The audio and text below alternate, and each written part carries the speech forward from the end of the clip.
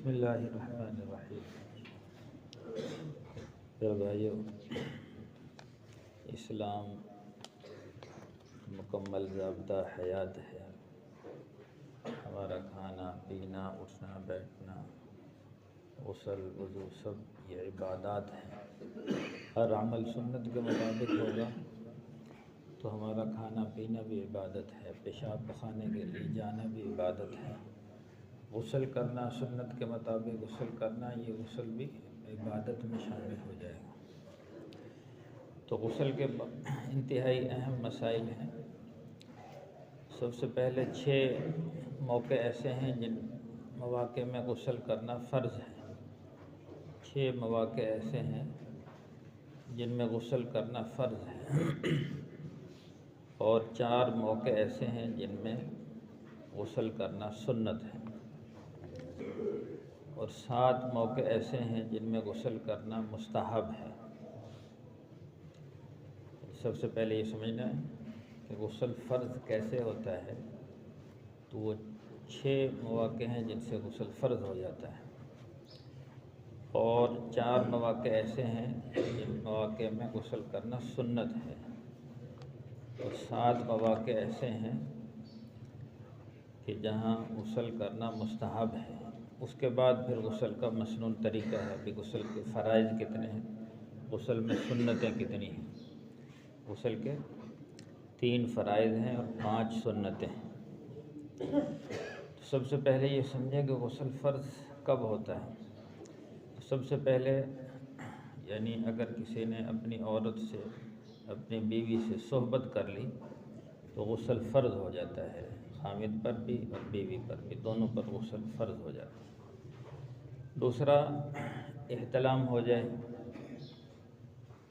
تب بھی غسل فرض ہو جاتا ہے، یعنی جو بالغ ہے، بالغ مرد جب ہوتا ہے، یہ مسئلہ بھی سمجھ لیں کہ بچہ بالغ کب ہوتا ہے، کہ جب سے احتلام ہونا شروع ہو جائے بچہ بالغ ہو جاتا ہے۔ ایسے بچی کو حید آنا شروع ہو جائے تو وہ بالغ ہو جاتی ہے، اور جب بچہ اور بچی بالغ ہو جائیں تو ان پر نماز بھی فرض ہو جاتی ہے اور روزے رکھنا بھی فرض ہو جاتا ہے۔ ویسے تو حکم ہے 7 سال کا بچہ ہو اس کو نماز کی ترغیب دو، نماز پڑھنے کی، نماز کا طریقہ سکھاؤ۔ 10 سال کا بچہ ہو جائے نماز نہ پڑھے تو اس کو تنبیہ کرو، اس کی پٹائی کرو، اسے پوچھ کرو کہ نماز نہ پڑھی ہو تو اسے پوچھو کہ کیوں نہیں پڑھی۔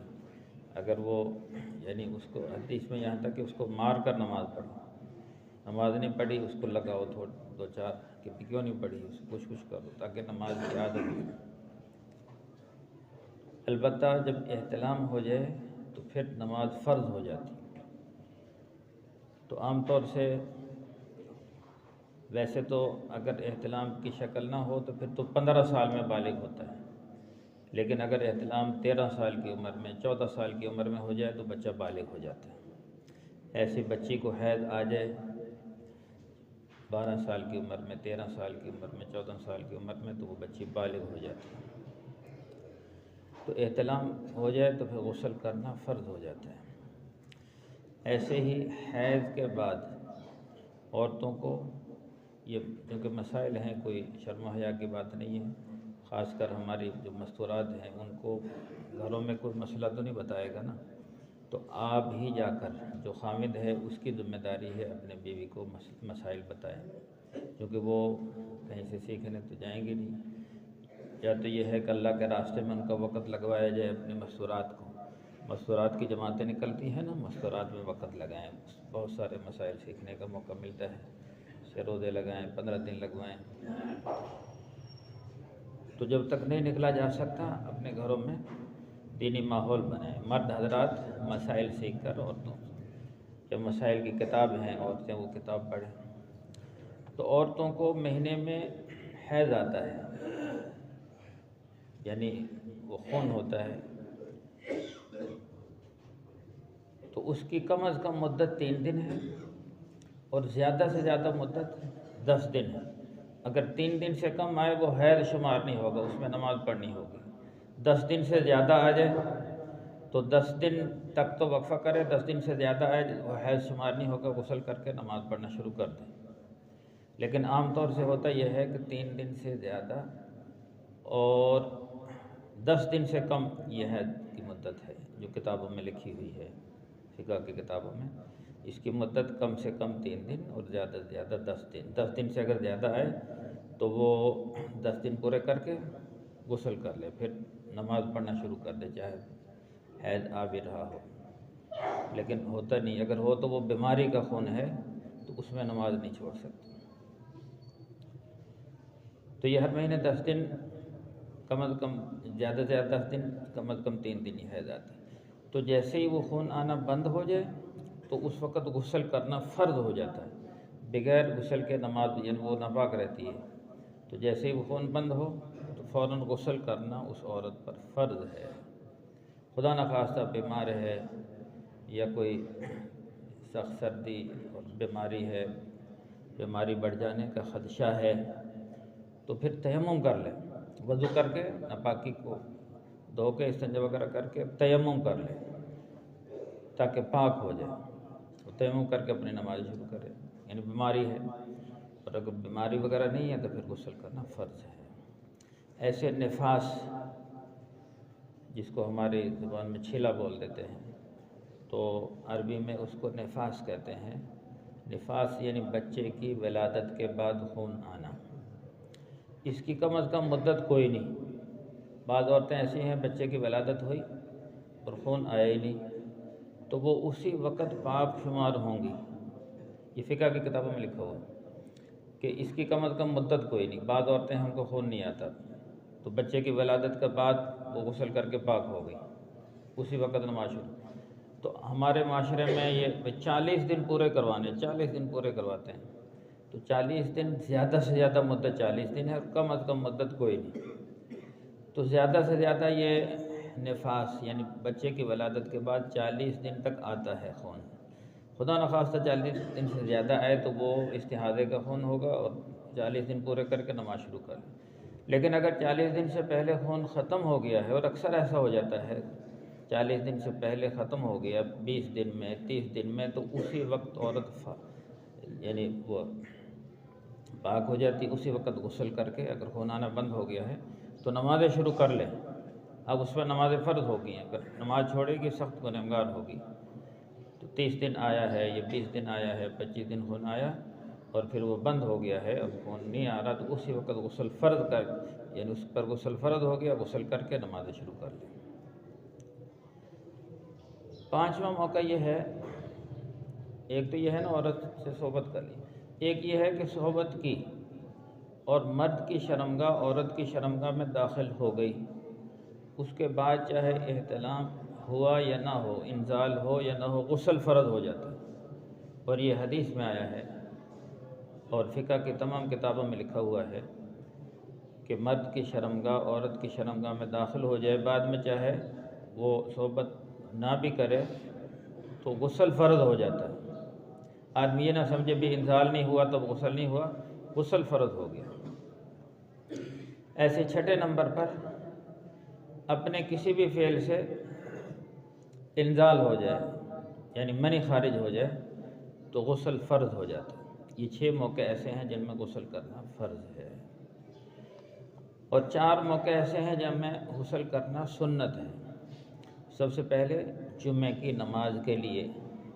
اب جمعے کی نماز کے لیے عام طور سے پہلے چھٹی ہوتی تھی جمعے کو کسی زمانے میں، تو لوگ بڑا اہتمام کرتے تھے، کپڑے بدلتے تھے اور غسل کرتے تھے۔ لیکن اب چونکہ چھٹی ہوتی نہیں، دکانوں سے سیدھے مسجد میں آ گئے یا اپنے کام کاج سے سیدھے مسجد میں آ گئے، تو ایسا نہیں، بلکہ غسل کا اہتمام کرنا چاہیے۔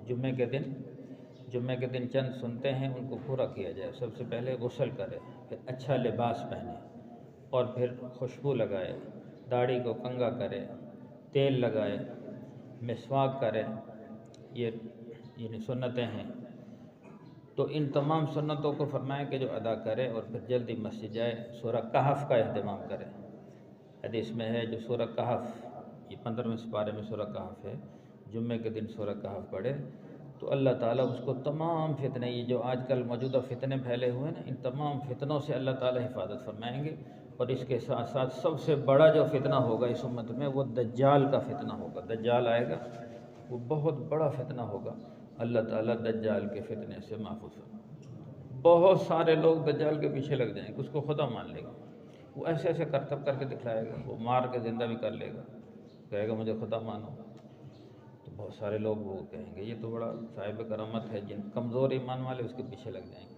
لیکن جو مضبوط ایمان والے وہ کہیں گے نہیں تو دجال ہے، اس کے ماتھے پہ لکھا ہوگا کاف اور الف فا را، یعنی کافر۔ تو بہت سارے کمزور ایمان والے اس کو خدا مان لیں گے، وہ ایسے ایسے کرتب دکھائے گا، ایسے اشارہ کرے گا تو بارش شروع ہو جائے گی اور پھر وہ سبزہ اگ جائے گا۔ جو اس کو ماننے والے ہیں تو اس کے ساتھ ساتھ جنت ہوگی، یعنی سرسبز و شاداب، اور ایک طرف اشارہ کرے گا آگ جل جائے گی۔ جو اس کی بات نہیں مانے گا اس کو وہ آگ میں داخل کرے گا۔ تو حضور صلی اللہ علیہ وسلم نے فرمایا اس کی جو آگ ہے حقیقت میں وہ جنت ہے، اور جو اس کی جنت ہوگی حقیقت میں وہ جہنم ہوگی۔ جو اس کی بات مان کے اس کی جنت میں چلا جائے گا وہ جہنم میں چلا گیا، جو اس کے بات نہ مان کے اس کی جہنم میں جائے گا حقیقت میں وہ جنت میں جائے گا۔ تو ایک بہت بڑا فتنہ ہوگا، یہاں تک کہ 2 شیطان ہوں گے تو ان کو اس کے والدین، جو فوت شدہ والدین ہوں گے، ان کی شکل میں لے آئے گا۔ وہ کہے گا دیکھو تو کسی بندے سے کہے گا تو مجھے خدا مانتا ہے، وہ کہے گا نہیں تو دجال ہے۔ وہ کہے گا اگر تیرے والدین زندہ ہو کے گواہی دے دیں پھر تم مان لے گا، وہ کہے گا ہاں۔ تو 2 شیطان ہوں گے، اس کے والدین کی شکل بنا کے ظاہر کر دے گا، تو وہ دونوں شیطان اس کے ماں باپ کی شکل بنا کہیں گے بیٹے اس کی بات مان لے، یہ خدا ہے۔ تو وہ اس کی بات وہ کہتے ہیں میرے والدین جب اس کی بات مان رہے ہیں، تو جب کہ وہ والدین نہیں ہوں گے وہ شیطان ہوں گے، یعنی ایک بہت بڑا فتنہ ہوگا، بہت بڑا جادوگر ہوگا۔ تو اس سے بچنے کی یہی شکل ہے۔ سورہ کہف جو پڑھے گا جمعہ کے دن اللہ اس فتنے سے بچائیں گے، بہت بڑا فتنہ ہوگا۔ حضور صلی اللہ علیہ وسلم نے فرمایا سارے نبیوں نے دجال سے اپنی امتوں کو ڈرایا ہے، اور میں بھی تمہیں ڈراتا ہوں کہ وہ ایک بڑا فتنہ ہوگا، تو اس سے بچنے کا یہی طریقہ ہے کہ اعمال کے ذریعے سورہ کہف کی تو پوری کہف پڑھے جمعے کے دن، یا کم از کم سورہ کہف کی پہلی 10 آیات اور آخری 10 آیات کو پڑھ لیں۔ تو جمعے کے دن سورہ کہف پڑھنا اور اس کے ساتھ ساتھ غسل کرنا اور پاک صاف لباس پہنے اور تیل لگائے، سرما لگائے، اور اس کے ساتھ ساتھ داڑھی کو کنگھا کرے، خوشبو لگائے، پھر مسجد میں جلدی آئے۔ فرمایا جس نے یہ اعمال کر لیے گزشتہ جمعے سے لے کر اس جمعے تک اس کے سارے گناہ اللہ معاف فرما دیتے ہیں۔ اس لیے جمعے کی سنتوں کا اہتمام کرے، لباس بدلے، غسل کرے، تو یہ بہت بڑی فضیلت کی بات ہے۔ دوسرے نمبر پر عیدین کی نماز کے لیے غسل کرنا۔ عیدین پہ بھی یہی کہ آدمی اچھا لباس پہنے اور اس کے ساتھ ساتھ غسل کرے اور تیل لگائے، خوشبو لگائے، کنگھا کرے داڑھی کو، تو یہ عیدین کی سنت ہے۔ تیسرے نمبر پر احرام باندھنے سے پہلے غسل کرنا سنت ہے۔ حج کے لیے جا رہے ہیں، عمرے کے لیے جا رہے ہیں، اللہ نے حج عمرے کی سعادت نصیب فرمائی ہے تو احرام باندھنے سے پہلے غسل کر لے، تو یہ سنت ہے۔ ایسے میدان عرفات میں جا رہے ہیں تو جب میدان عرفات میں جاتے ہیں تو وہاں جانے سے پہلے حاجی حضرات جب میدان عرفات میں پہلے منی میں جاتے ہیں تو منی میں جانے سے پہلے غسل کر لے، پھر منی سے میدان عرفات میں جاتے ہیں تو اس دن بھی غسل کر لیں۔ اگر موقع مل جائے، اگر وہاں موقع نہ ملے، بعض کو بہت رش ہوتا ہے تو پھر غسل نہ بھی کرے تو کوئی مسئلہ نہیں، چونکہ سنت ہے۔ لیکن اگر موقع مل جاتا ہے میدان عرفات میں جانے سے پہلے تو غسل کرنا یہ سنت ہے۔ تو 4 موقع ہیں جمعے کے لیے، عیدین کے لیے، احرام باندھنے سے پہلے اور میدان عرفات میں جانے سے پہلے غسل کرنا سنت ہے۔ 7 موقع ایسے ہیں، یہ انشاءاللہ کل بتائیں گے اس کے۔ 7 موقع ایسے ہیں جن موقعوں پر غسل کرنا مستحب ہے، یعنی افضل ہے۔ سنت یہ ہے کہ جان بوجھ کے سنت کو چھوڑنے والا گنہگار ہوتا ہے، لیکن مستحب یہ ہے کہ کر لے تو اچھا ہے، اگر نہ کرے تو کوئی گناہ نہیں۔ تو اس طرح یعنی سنت کو نہ چھوڑے، تو جمعے کے دن، عیدین کے دن غسل کا ضرور اہتمام کریں۔ تو تو باقی غسل کا مصنون طریقہ، غسل کے فرائض کتنے ہیں، غسل کی سنتیں کتنی ہیں، یہ کل تفصیل آئے گی۔ الحمدللہ رب العالمین والعاقبۃ للمتقین والصلاة والسلام علی سید الانبیاء والمرسلین اللہم احسن عاقبتنا فی الامور کلها واجرنا من خزی الدنیا وعذاب الآخرہ۔ صلی اللہ تعالی علی خیر خلقہ محمد وآلہ واصحابہ اجمعین برحمتک یا ارحم الراحمین۔